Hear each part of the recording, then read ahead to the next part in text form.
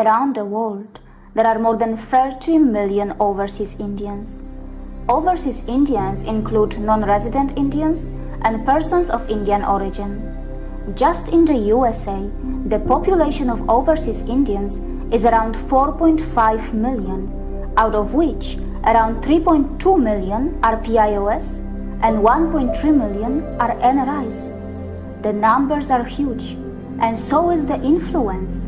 Today, the overseas Indians who are living in the US are one of the finest examples and great role models, not only for the immigrants around the world, but also for the general US population. And it is all thanks to the productivity, richness, wealth, and success that the overseas Indians have brought by transforming and touching their adopted home, not just economically, but also spiritually. The first question that comes to one's mind is that who is an actual immigrant in the US? How do you really define an immigrant in the USA? Who does the US really belong to? When we talk about the natives in the US, are we talking about the indigenous Americans or someone else? But regardless, as a country, the USA is one of the most interesting experiments that has taken place in the very recent history of our world. Only time will tell if this experiment will fail or succeed, as this experiment is in a very early stage and it is yet to face the test of time. But without an element of doubt, as a country, the USA is one of the most influential countries of our planet. But behind all this, there is another side of the USA, and for some reasons, the mainstream international media does not give enough coverage to this side of theirs. Even after calling itself a superpower of the world for many decades, the US continues to suffer from embarrassing problems like hunger, poverty, and wealth inequality. In 2015, 43.1 million people in the US were in poverty, which even includes 14.5 million children who are under the age of 18. When it comes to hunger, it was revealed that 42.2 million Americans were in food-insecure households, including more than 13 million children. It is extremely painful to notice that nearly 12 to 13% of the entire population of the US suffers from hunger and poverty. The United States of America, a Christian majority nation with 83% Christians, is a land of sharp contrasts. It has the largest GDP in nominal terms, it has the largest external debt, and as a country, it also has the largest percentage of population which lives in prisons. It is absolutely shocking that out of every 100,000 people in the US, 724 are actually in prisons. In fact, 25% of the whole world's prison population is from the United States. The story of the US is not complete without mentioning the achievements of NASA and the blockbusters of Hollywood. But on the other hand, there is the thriving porn industry, gun violence, and a very high rape rate. It is extremely surprising that with so much of poverty, hunger, wealth inequality and violence, and with millions of Americans who so desperately need help in their own Christian majority country, USA continues to send the most number of Christian missionaries worldwide, and a lot of them come to India. According to a calculation by CSGC, out of 400,000 Christian missionaries who are sent in a year around the world, 127,000 are just from the US. One may wonder why the Christian missionaries of the USA are so keen to help the rest of the world, especially when their own people are suffering from poverty and hunger. Maybe it's time that they listen to their new president who says, "America first."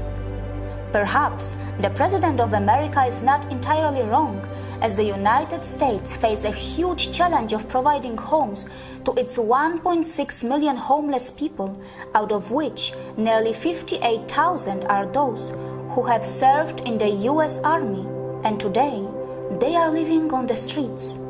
Well, after the economic recession of 2008, it is said that the situation has got even worse.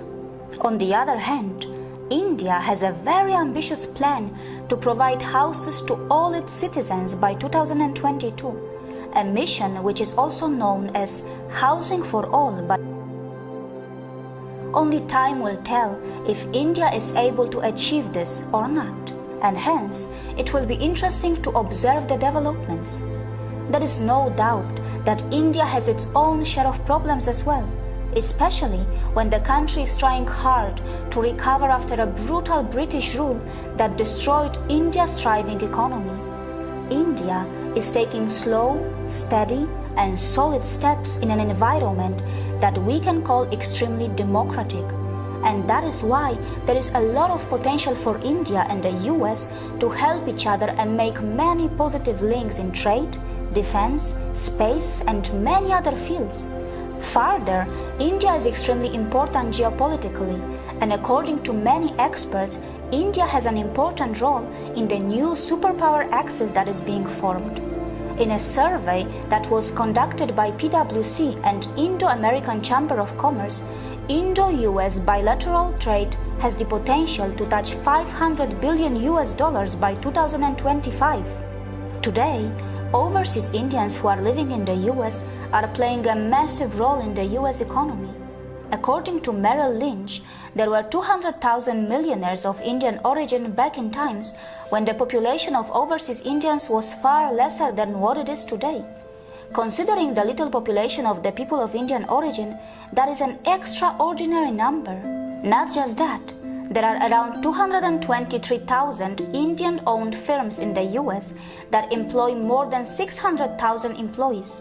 During the recession in the US, which caused an economic collapse resulting in suicides of more than 10,000 people and making many homeless, Indian companies came to the rescue by employing around 60,000 people. According to a 2014 study, 15% of startups in Silicon Valley were founded by Indians, even though Indians made just 6% of the valley's working population. And what is even more astonishing is that Indians alone founded more startups than the next four combined, which were China, Japan, Britain, and Taiwan. According to Safra Katz, the CEO of the software major Oracle Corporation, 75% of its management is actually from India. And not to forget that Pepsi, Microsoft, MasterCard, Google, Adobe, SanDisk have one thing in common, and that is their CEOs, who have at least finished their graduation from India. Not just that, according to National Foundation for American Policy, India was the leading country of origin for the immigrant founders of billion-dollar companies with 14 entrepreneurs.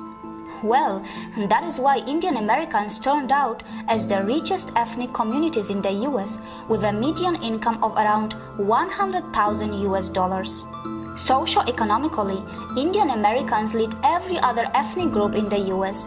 70% of all Indians have a bachelor's degree or higher, and in comparison, the national average is just 28%, while 49% is the average of all Asian American groups. 40% of all Indians in the United States have a doctorate, master's degree, or other professional degree, which is again 5 times the national average. Not just that, there are thousands of Indian Americans who serve as faculties in the universities across the US. Around 10% of the physicians in the US are of Indian origin.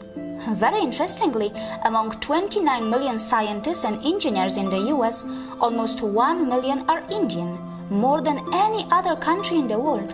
Actually, even more than the entire Europe.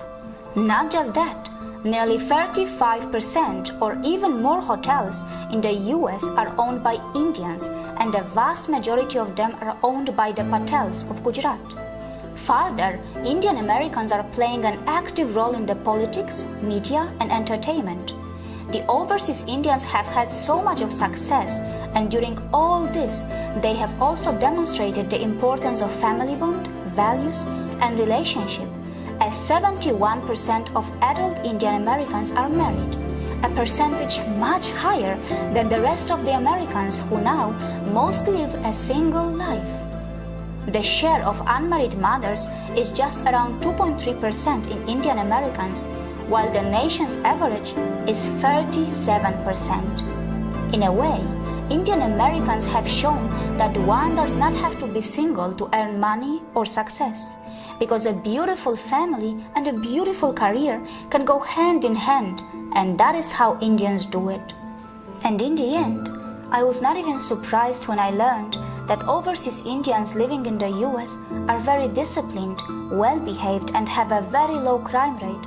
But still, many of them continue to be harassed for their skin color, for their ethnicity, and sadly, many people of Indian origin have lost their lives facing terrible hate crimes that continue to happen in the US. On the other hand, the importance of India's spiritual heritage in the US in form of yoga and Ayurveda is massive, which has been helping in evolution of consciousness of many American citizens and is providing thousands of jobs to its citizens in a thriving $27 billion yoga industry with more than 36 million yoga practitioners. As one can expect, India's spiritual heritage is also frequently relabeled and rebranded in USA as mind sciences, wellness science, cognitive science, self-improvement by various American individuals and entrepreneurs, making it another multi-billion-dollar industry of something that may eventually be called the New Age American intellectual asset. The Indian diaspora in the US is known for their tremendous contribution to social causes, philanthropic work, and also for sending billions to India in remittances. India receives $13 billion annually just from the overseas Indians living in the US. And probably the emotional bond between the overseas Indians and India exists because of one fact which they are aware of, that no matter how far they go to any part of this globe, whether they succeed or run into trouble, the country of their origin is always ready to welcome them or support them with open arms. We no longer live in the world which has only one superpower, as the countries like India and China are becoming the new centers of action.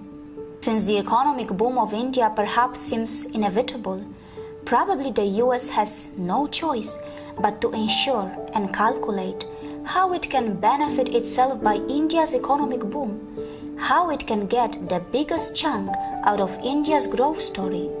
And that is exactly what they are trying to do, as in the recent years, the US has been hungrier than it was ever before to have the engagement, collaborations, and partnerships with Indians at different levels. It is an opportunity for the overseas Indians and also for the people of India to participate in this spectacular phenomenon, because it were Indians who suffered from the atrocities by their ex-colonizers in their own land. It were Indians who waited patiently for hundreds of years for times like this. It is their land and it is their story.